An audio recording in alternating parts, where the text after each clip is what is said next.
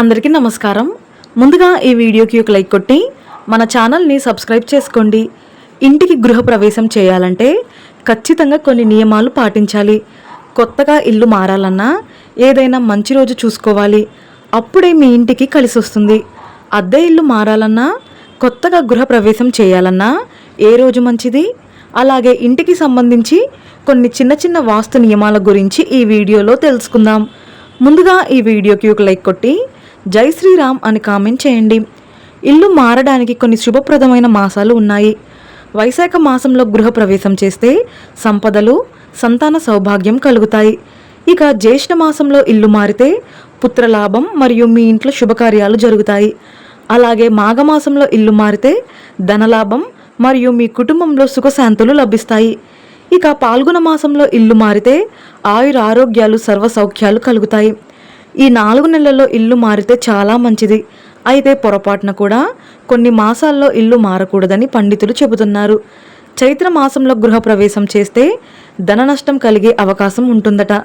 అలాగే ఆషాఢ మాసంలో గృహప్రవేశం చేస్తే వ్యాపారంలో చిన్నపాటి నష్టాలు ఏర్పడతాయి.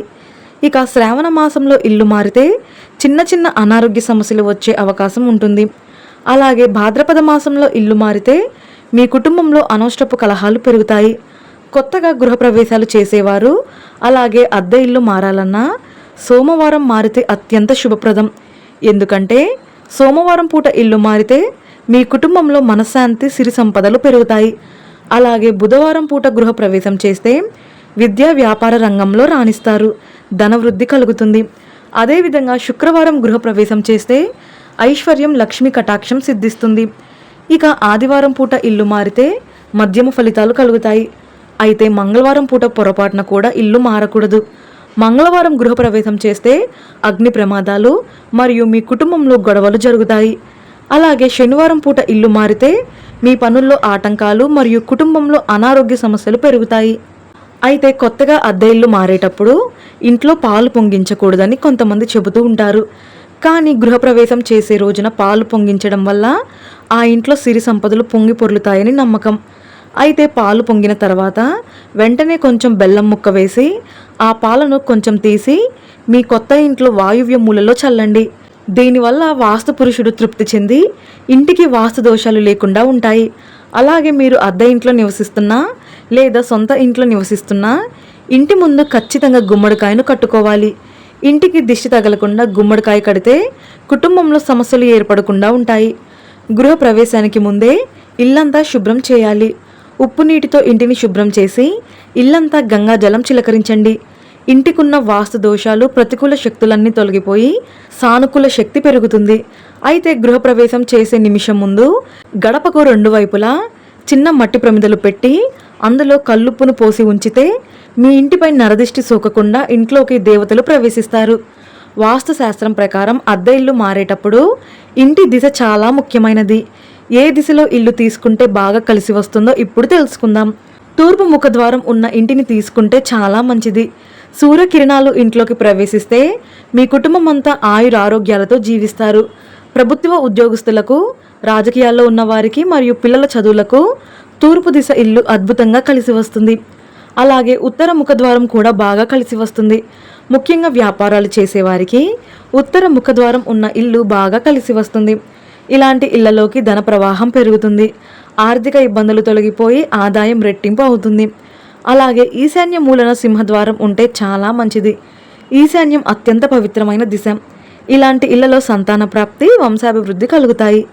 ఇక ఏ దిశలో ప్రధాన గుమ్మం ఉండకూడదు అంటే నైరుతి మూలలో ఇంటి సింహద్వారం ఉండకూడదు. ఈ దిశలో తలుపులు ఉంటే ధనం అస్సలు నిలవదు. అనవసరమైన ఖర్చులు, కుటుంబ సభ్యుల మధ్య గొడవలు వచ్చే అవకాశం ఉంటుంది. అలాగే దక్షిణ ముఖంగా సింహద్వారం ఉండకూడదు. దక్షిణ ముఖంగా ఇంటి గుమ్మం ఉంటే కుటుంబంలో అనారోగ్య సమస్యలు పెరుగుతాయి. అలాగే పడమర ముఖంగా కూడా ఇల్లు ఉండకూడదు. అలా ఉంటే కష్టానికి తగిన ఫలితం దక్కదు. అయితే ఒకవేళ పడమర దిశలో మీ ఇల్లు ఉంటే వంటగది మాత్రం ఆగ్నేయంలో ఉండేలా చూసుకోండి. అప్పుడు ఎలాంటి దోషం ఉండదు. వాస్తు ప్రకారం ఇంటి యజమాని పడక గది నైరుతి దిశలోనే ఉండాలి. అప్పుడే మీ ఇంటికి సకల శుభాలు కలుగుతాయి. ఇంటి నిర్మాణంలో ఏవైనా దోషాలు ఉంటే అవి తొలగిపోవడానికి గృహప్రవేశానికి ముందే వాస్తు పూజను చేయించుకోండి. కొత్తగా గృహప్రవేశం చేసేటప్పుడు అలాగే ఇల్లు మారేటప్పుడు ఇంటి ప్రధాన ద్వారానికి మామిడాకులు కట్టి బంతి పూలతో అలంకరించండి. అలాగే ఇంటి గడపలకు పసుపు రాసి కుంకుమ బొట్లు పెట్టి గుమ్మం ముందు బియ్య పిండితో ముగ్గు వేయండి. తద్వారా మీ ఇంట్లోకి సులభంగా లక్ష్మీదేవి ప్రవేశిస్తుంది. మొదటిసారి ఇంట్లోకి ప్రవేశించేటప్పుడు ఆ ఇంటి యజమాని మరియు కుటుంబ సభ్యులు కుడికాలు పెట్టి అడుగు పెట్టాలి. ఇక ఆవును ఇంట్లోకి తీసుకురావడం చాలా శుభప్రదం. అయితే ఆవు ఇంట్లోకి ప్రవేశించిన తర్వాత అది తనంతట తను ఏ గదిలోకి మొదటిగా వెళ్తుందో గమనించండి. ఆవు మొదటగా వెళ్ళిన గదిలో పాజిటివ్ ఎనర్జీ ఎక్కువగా ఉన్నట్లు అర్థం. కొత్తగా సొంతిల్లు కట్టుకొని గృహప్రవేశం చేసేవారు ఖచ్చితంగా సత్యనారాయణ వ్రతాన్ని చేయించుకోవాలి. అలాగే అతిథులకు భోజనం పెట్టాలి. బ్రాహ్మణులకు కూడా స్వయం పాకం దానం చేయాలి. ఇక కొత్త ఇంట్లోకి వెళ్ళేటప్పుడు కొన్ని వస్తువులను తప్పనిసరిగా తీసుకువెళ్ళాలి. అన్నిటికన్నా ముఖ్యంగా కొత్త ఇంట్లోకి అడుగు పెట్టేటప్పుడు లక్ష్మీదేవి పటాన్ని తీసుకువెళ్ళాలి. దీనివల్ల మీ ఇల్లంతా ధనధాన్యాలతో తులతూగుతుంది. అలాగే బియ్యాన్ని కూడా కొత్త ఇంట్లోకి తీసుకువెళ్ళాలి. అన్నపూర్ణదేవి స్వరూపమైన బియ్యాన్ని కొత్త ఇంట్లోకి తీసుకువెళ్తే మీ ఇంట్లో ధనధాన్యాలకు కొరత లేకుండా ఉంటుంది.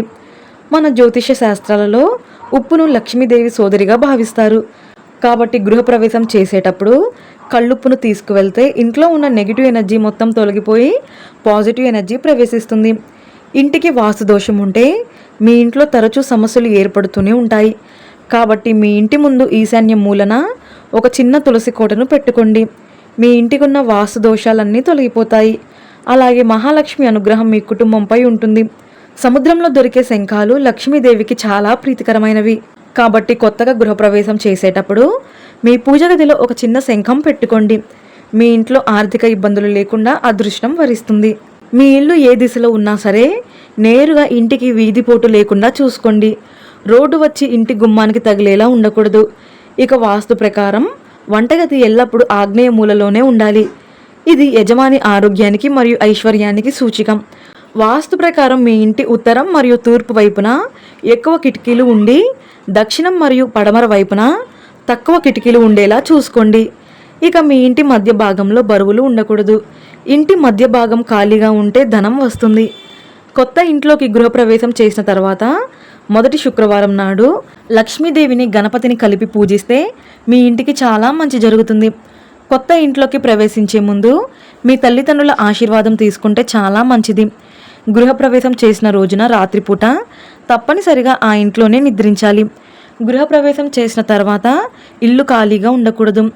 కొత్త ఇంట్లోకి వెళ్ళేటప్పుడు పాత చీపుర్లు, విరిగిపోయిన అద్దాలు, తుప్పు పట్టిన ఇనప సామాన్లు ఇలాంటి వస్తువులన్నీ గృహప్రవేశం రోజున తీసుకువెళ్ళకూడదు. ఇవన్నీ దరిద్రాన్ని తెచ్చిపెడతాయి. కొత్త ఇంట్లోకి అడుగు పెట్టగానే ముందుగా పూజ గదిలో దీపం వెలిగించాలి. దీనివల్ల అఖండ సౌభాగ్యం లభిస్తుంది. గృహప్రవేశం తర్వాత కనీసం 24 గంటల పాటు ఇంటి కిటికీలన్నీ తెరిచి ఉంచాలి. దీనివల్ల హోమం, ధూపం మరియు మంత్రాల శక్తి మీ ఇల్లంతా వ్యాపిస్తుంది. వాస్తు ప్రకారం ఇలాంటి చిన్న చిన్న నియమాలు తెలుసుకుంటే మీ కుటుంబంలో కష్టాలు లేకుండా ఉంటాయి. ఈ వీడియో మీకు నచ్చితే లైక్ చేసి సబ్స్క్రైబ్ చేసుకోండి. జై శ్రీరామ్.